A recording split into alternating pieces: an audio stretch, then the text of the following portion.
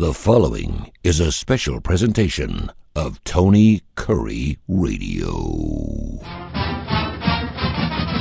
Welcome back to UAB Director's Chair. I'm Tony Kurre here on Tony Kurre Radio. By the way, you can find us on the TKR app. All these shows that we do, we have 18 different shows. They all run live on our YouTube channel, so you can catch them live. And then, of course, they run live on Tony Kurre Radio at least 5 days a week.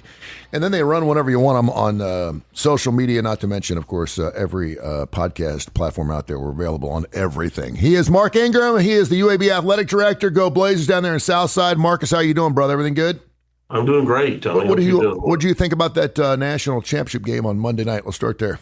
Man, it was everything that you want a game to be, particularly if you're a fan of football and you're just watching the game and you don't really care, right? Like if you're a Miami person, obviously it wasn't great because you wanted to win the game and you wouldn't say it was a great game. But man, it was a great football game, and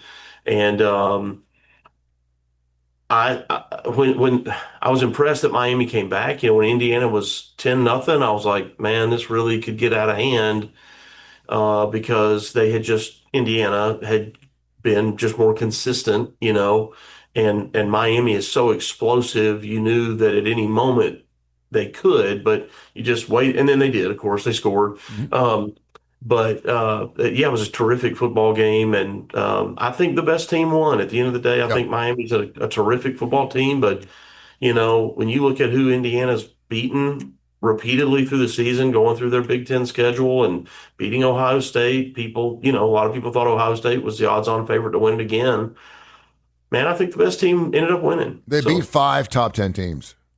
I mean, I know Miami was 7-0 against top 25 teams, so there's a big difference between a top 10 and a top 25. I mean, they beat Oregon twice, they beat Ohio State, they beat Alabama, and then of course they beat Miami. Look at how good Oregon was, and then look at how they lost. Yeah. Look at how Texas Tech was, how good they were, and how they lost. Yeah. I mean, there's a big difference between 1 and 10. Yeah. And I love that Fernando Mendoza kid. I just love him. I know, but he's so flippant excited. I mean, he gives all the grace to God and everything. First of all, which I love it. But he's just so fun. He's inside of himself, and he looks a little dorky, but he just seems to be. He just doesn't look like he has a lick of ego in him. He always talks about his teammates and how important it is, and the run he made, which was just epic. How about that for everyone talks about a Heisman Trophy moment. During your year, there'll be a Heisman Trophy moment. Well, he just so happened to had his after he received the award. Fantastic. That will be just a great painting. So good for him. It was great. It was fantastic. I thought it was fun. I have a cousin from North Carolina who played, she went to Indiana and she played in the band at Indiana, and she, was pretty fired up about the victory. And her parents, I traded emails with after the game. They were pretty excited. Yeah. The way too early top 25. I know people are like, I love polls. It gives us something to talk about. From a standpoint that I do sports radio, I need to keep up on this stuff. So I need to know who's bringing back whatever. And so let the other people do, the Mark Schlabachs of the world, do all the work, and I'll read their stuff. But I just want to go through the top 25 real quick and just kind of give me your initial response on what you think. This is for 2026. Number 1, Indiana. Can they repeat?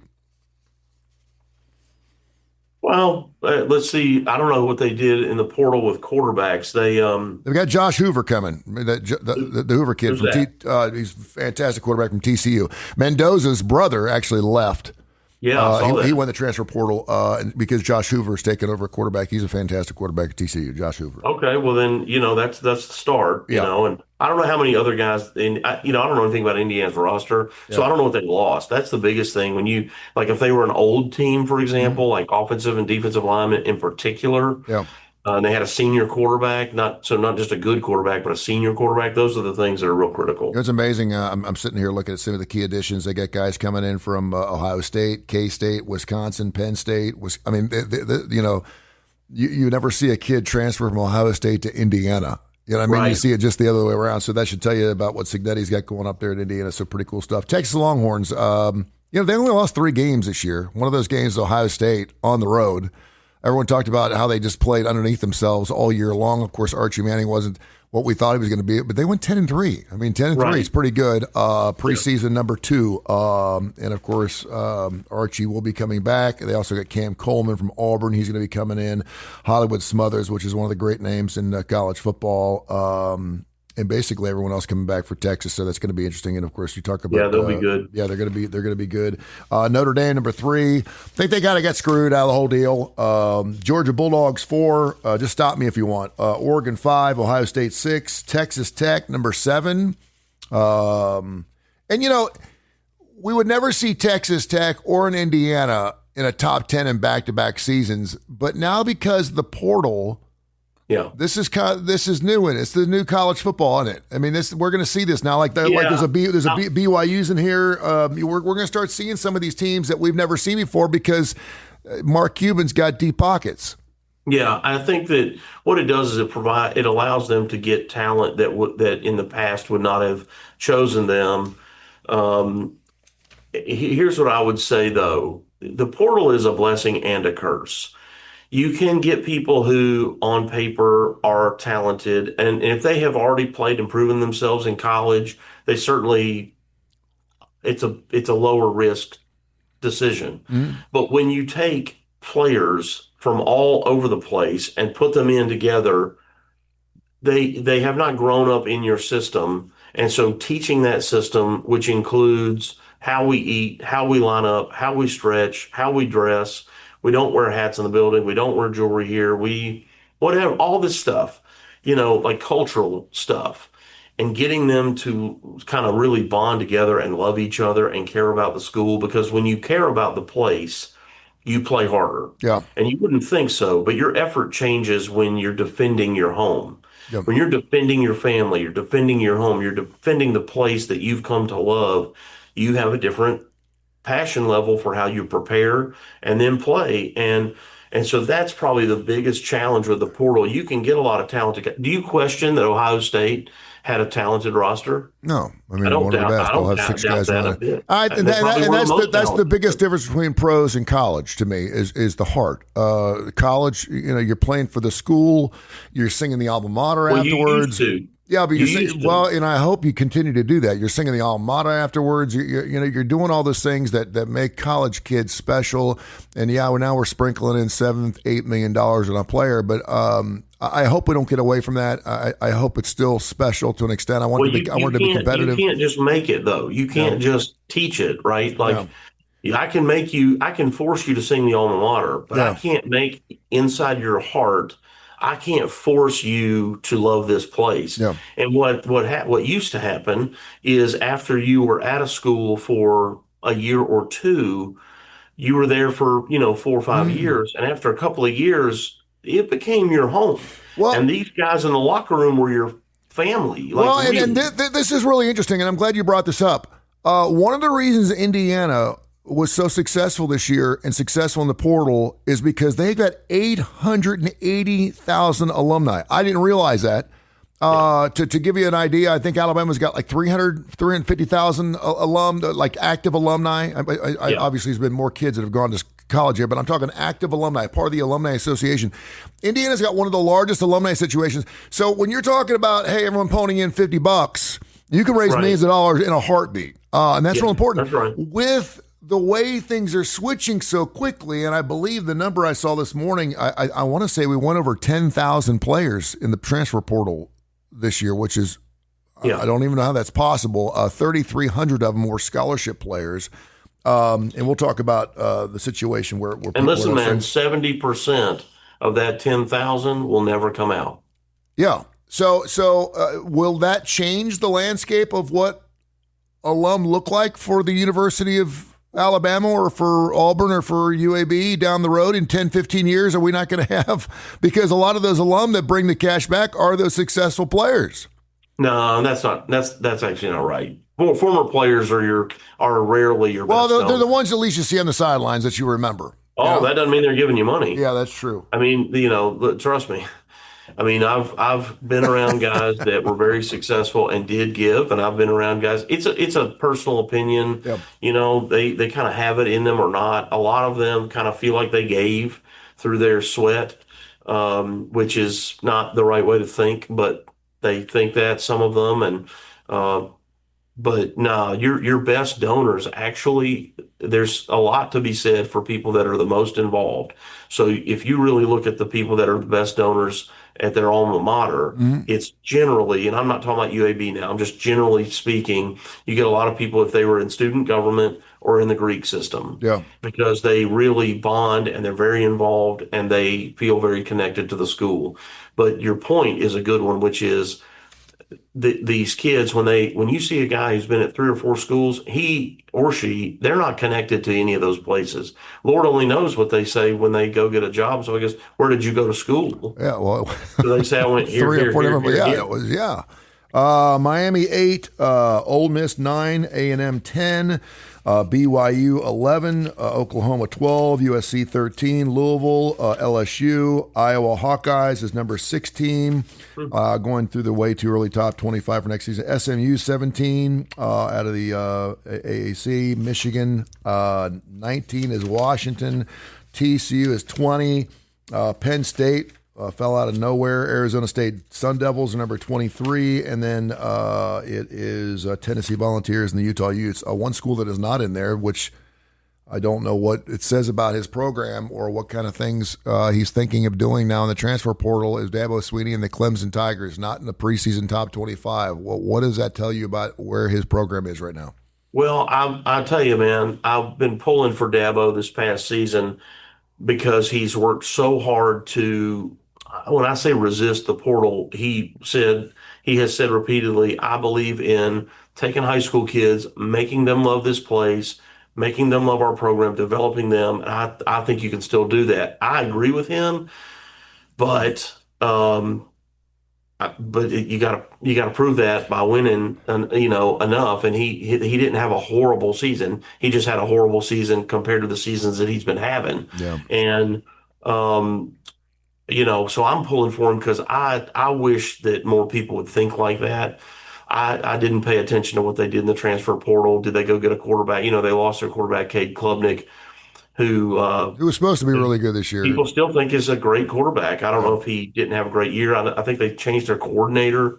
A lot of these preseason rankings, remember, if that just came out, I mean, the portal just closed on the 16th. The transfer portal just closed. And that doesn't mean, and there's still kids landing at schools. We got kids visiting this weekend. Yeah.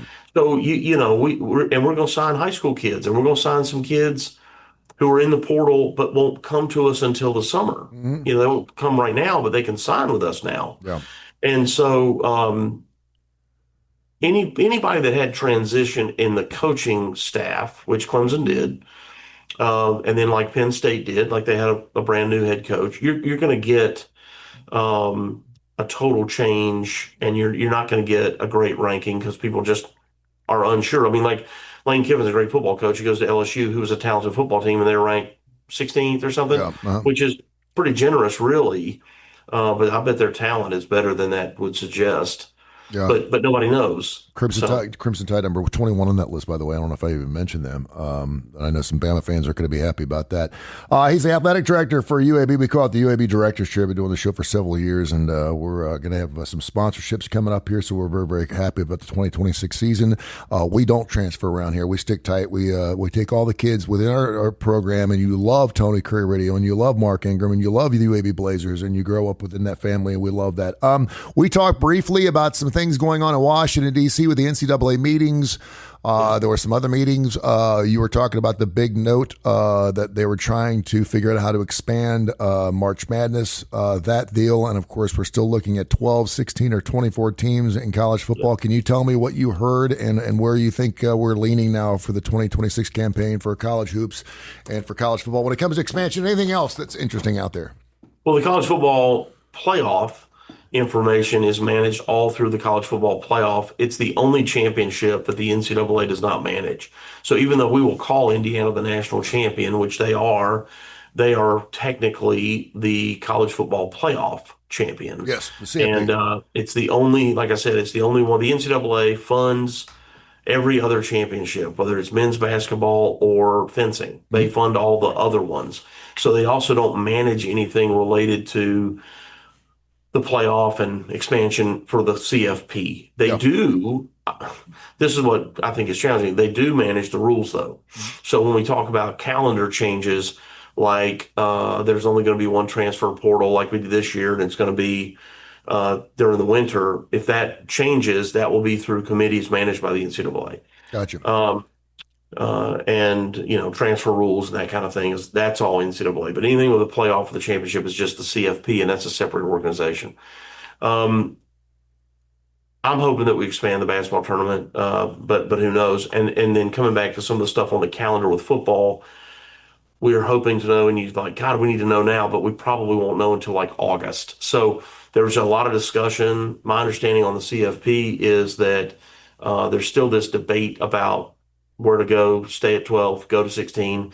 And then there seems to be one commissioner that wants to go to 24. I think that's a mistake. That's crazy. I think, yeah, I mean, look, I think it's unfair too that people were saying, oh, look, James Madison and Tulane got blown out. Well, so did Oregon, and so did Texas Tech, So Alabama, yeah. And if the P4 didn't take all of our talent, then we'd be more competitive. So, I don't like the idea of, well, they shouldn't be in it because they're not competitive. Well, we're only not more competitive because you keep taking everybody that's any good that we got.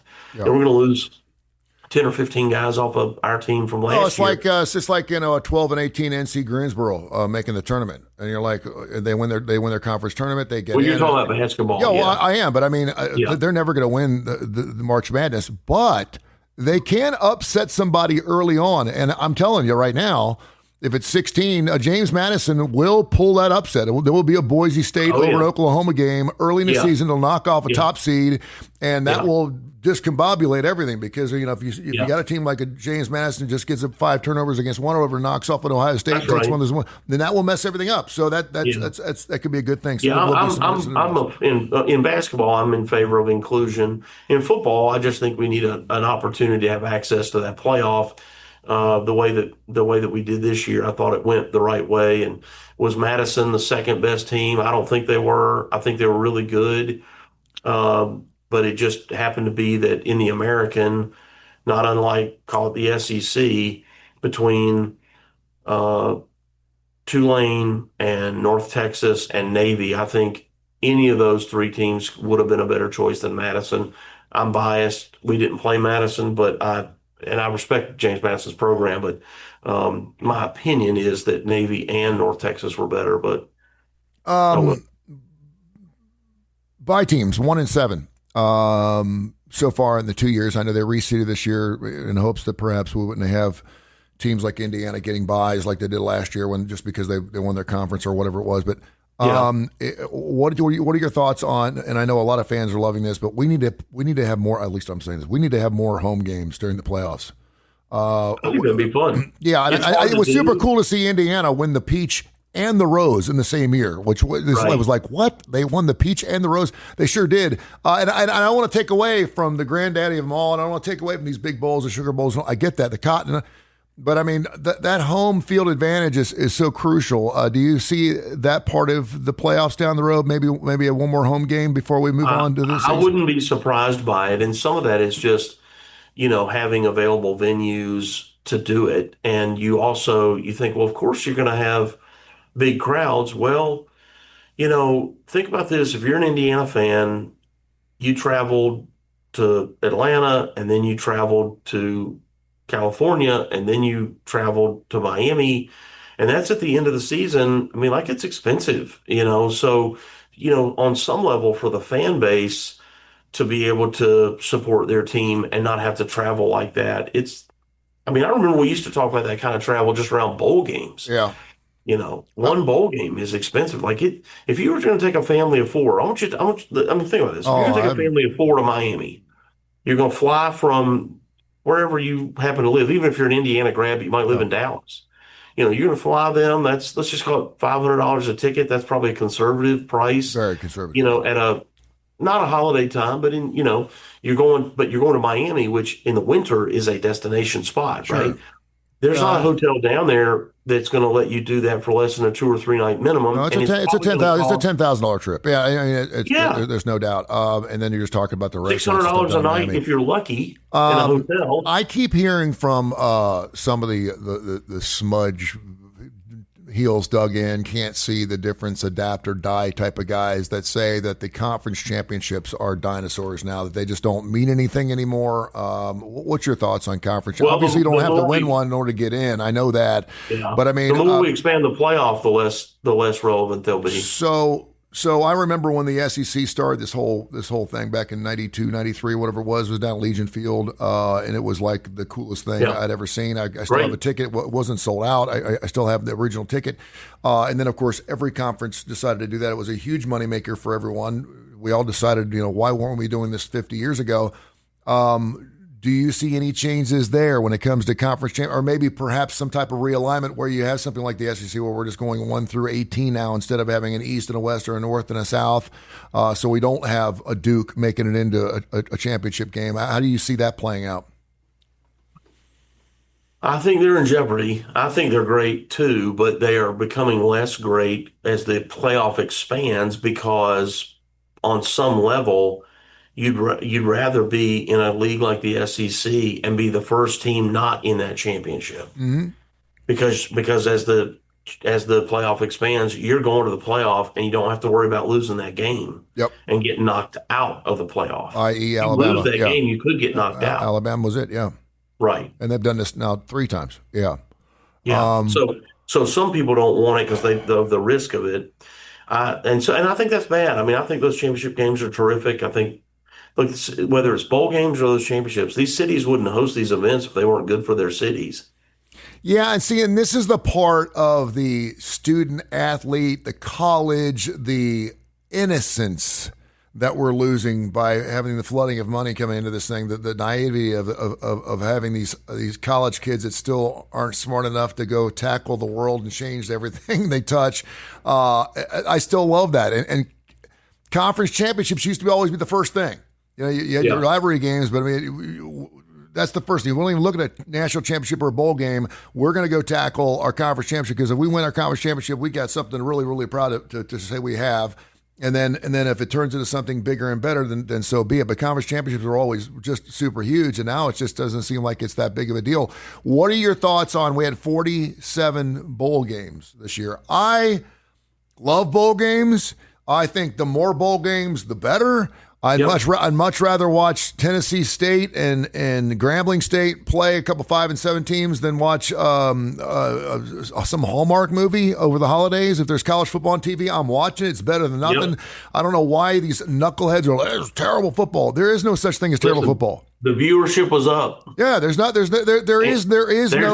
The viewership was up. Yeah, there is no bad college football. If there's one game on, I'm watching it. Period. And if it's to take a nap, I'm taking a nap watching it. I'll do that with the Masters. So, do you see any change in the bowl system at all? I hope not. Listen, I've said this on the show. I'll say it as many times as I have to. I've said it in interviews. I've said it publicly. I have been in the locker room at the national championship after a win. Mm-hmm. I've also been in the locker room with a team that has just gone 6-6 for the first time in a long time. Those two locker rooms are the same locker room. Yep. They are the same locker room. And people that write about it, the pundits that never put on a chin strap, they love to call them meaningless bowl games because they don't understand what sport is about. And it's not about it's about achievement. It's about we worked hard for a long time. The coaches, the staff, the players, and everybody around them. We have worked together to achieve this common goal, and we made progress. And it's good for those programs. It may not create national relevance, but it's really good for those programs. It builds momentum for the next year, for the fan, for the alumni, for the school, all those things. They're terrific. And again, I would tell you, all those cities, whether it's the Myrtle Beach Bowl or whatever the smallest, newest bowl is, the Independence Bowl, like They wouldn't have them if they weren't good. They wouldn't do it if it didn't make sense for their local economy. They're good events. Yeah, and people are like, and it's nothing against UAB just because you play football down there, but down at the stadium down there, and evidently 2 or 3 teams shied away from playing in the Birmingham Bowl or the Lube Bowl or whatever it was called. And I'm like, ESPN doesn't care. I mean, during COVID, they were talking about maybe even they were going to do you remember they were talking about doing a game that was all wired? There was going to be nobody in the stadium. They were going to do a football game, and it was just going to be purely streamed on Amazon. Right. And people are like, what? I'm like, sure. I mean, look, man, that's been the UFL's model. Yeah, do the first. The formerly USFL, that's their model. It's a TV product. And people are like, how are they making money? ESPN's making money on it. As long as ESPN's making money, I thank ESPN for coming up with it because they bought into this bowl thing, and half the bowls are ESPN bowls, and I'm totally okay with that. So I hope that continues. It's just part of my wintertime. It's part of my Christmas time. It's part of that time of the year where, you're off work and you're transit, you're moving, you're eating, you're drinking, you're watching football. It's just a wonderful time of the year. There's games on at 10 o'clock in the morning. I mean, it's just a beautiful thing. So, I love them. I hope we can keep them together. But again, the ratings are all up. I don't know why they'd go away, but there is a lot of negativity around it sometimes. How long you been at UAB? As the close to 11 years. So May 1st will be 11 years. You've been the athletic director for 11 years at UAB. How many new head coaches have you been over? Not just football, but total. Do you have any idea? I've hired 29 head coaches. You've hired 29. That's exactly what I want to know. Hired 29. And how many of those are football coaches? 2. It's pretty good for 11 years. Yeah, that's pretty impressive. Yeah. Because, and only of the 29, only 3 of them, that we have to part ways with. Yeah, 3 of the 29. I was going to ask you, and because I know every situation is differently, and certainly it has a lot to do with the sport that we're talking about. You're hiring in. But we have not mentioned Alex Mortensen in about a month and a half. How's he doing? What's going on with him? What's he doing in the transfer portal? Talk about what the UAB Blazers are, because, brother, it's coming up on February already. It's right on the corner, man. It's coming up quick. But how's he feeling about the team? How's he looking? Have you talked to him? What's going on with him? Yeah, he would like to shift his recruiting focus in the future to a little bit more high school. This year was more portal. He felt like we needed some more age, maturity, and depth. So we're probably going to end up at the end of it signing, call it 10-ish, 10, 12 maybe, high school kids, and everybody else will be a transfer portal guy. Mm-hmm. We think that we did very well in the transfer portal. He hired Todd Grantham as the defensive coordinator. Todd's been the defensive coordinator at Florida, Georgia, Louisville, Mississippi State, and he's also worked in the NFL. Todd's a very experienced coach. A very well thought of coach. They worked together at Alabama for a year or two, so they had a little bit of a relationship. But Alex was on the offensive side of the ball, Todd was on the defensive side of the ball. Not that they don't ever see and speak to each other, but you're not in the same, small meeting rooms together, so they didn't have a ton of intimate working relationship. And he called Coach Saban and he said, I have an opportunity to hire Todd Grantham. What do you think? And he goes, why didn't you hire him already? Yeah. So he was, a huge endorsement for Coach Saban to say, you should definitely hire Todd. But I've seen they've gone through every single player with me, who they signed, and I don't mean like they asked like my approval on players. Yeah. I'm saying after the fact they said, hey, look, we got this guy. We're so excited. Let me show you. And here's why. And so, we got a lot of starters from Power 4 teams, guys that have got a lot of good playing experience. But whether it was a coaching change, there's a lot of job changes this year. And when that happens, not only are there a lot of coaches available, which is how we got Todd was at Oklahoma State. Not only do coaches become available, a lot of really good assistants become available, but also it creates uncertainty with the players. And they too kind of were like, I'd rather go somewhere with a guy that I know than wait for a new guy to come in who may or may not like me. So it also creates more churn. That could be why the number was so big.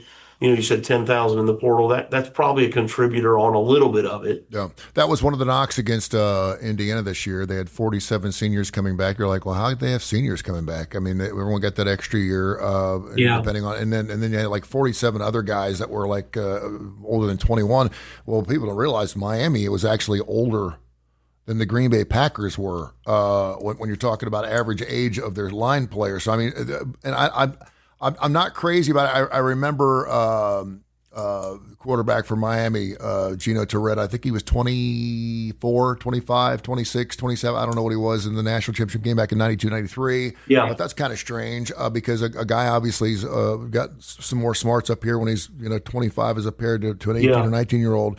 Not saying. Well, you remember Chris Winkie? Yeah, Chris Winkie was pro baseball for a little while, and he was like 26 or 8 or something when he finished at Florida State. I'm kind of happy to see. I saw the Duke suing Mensa kid for backing off his transfer portal deal. Evidently, we're signing paperwork and then we're not doing what we said we're going to do. Your thoughts? I don't ever like to see anything in court. I hate courts. If you've been part of a divorce, you know what I'm talking about. Well, I mean, I think it's good. Yeah. It's good for the schools though, biting back because they're spending time and effort and money on these kids. And doggone it, if you're going to say you're going to be here, you need to show some loyalty. Well, I mean, forget loyalty. You signed a contract. I think the player. I don't know enough about the Mintz case other than what I've read, which is the same as you. But like the player signs a contract, the player has an agent. I mean, every player has an agent. So the player signs a contract. They expect the school to pay them in accordance to that contract. I'm sure that if the school didn't pay them, they'd have issue with it. So I don't know why it's got to be any. I don't even know what the question is. I think it's just surprising because we haven't, like all of this, we haven't done it before, and so then that is the moment when these young students go, "Well, we're just innocent kids." I know I'm going to get an email question if I go look at this. But the Charles Bidacchio situation goes and plays over in Europe for 2 or 3 years and sues. The judge came out yesterday and said, yes, you can be reinstated back at the University of Alabama. What are your thoughts on that? Well, I don't know enough about that one either. But I thought I read that he played in a G League game. There's a kid at Baylor. He didn't play. Yeah, evidently, real quick, evidently he did not play any games while he was in the league over there. He was part of the team. He was getting paid, but he did not play in a game. I don't know why that should change. The Baylor kid or the Alabama kid? No, the Alabama kid. Well, I thought that I read, and this could just be wrong, or maybe I misread. I thought he played in a game here in Birmingham. Yeah, declared for the NBA draft in 2023. Temporarily reinstated to play for the Crimson Tide after judge granted a temporary restraining order (TRO) against the NCAA yesterday. Sued the NCAA after they denied the university's appeal for a reinstatement with a suit. So Alabama obviously wanted him back. He is eligible to play for Alabama immediately with a team planning to use on him. And there's a hearing for a preliminary injunction scheduled for January 27th.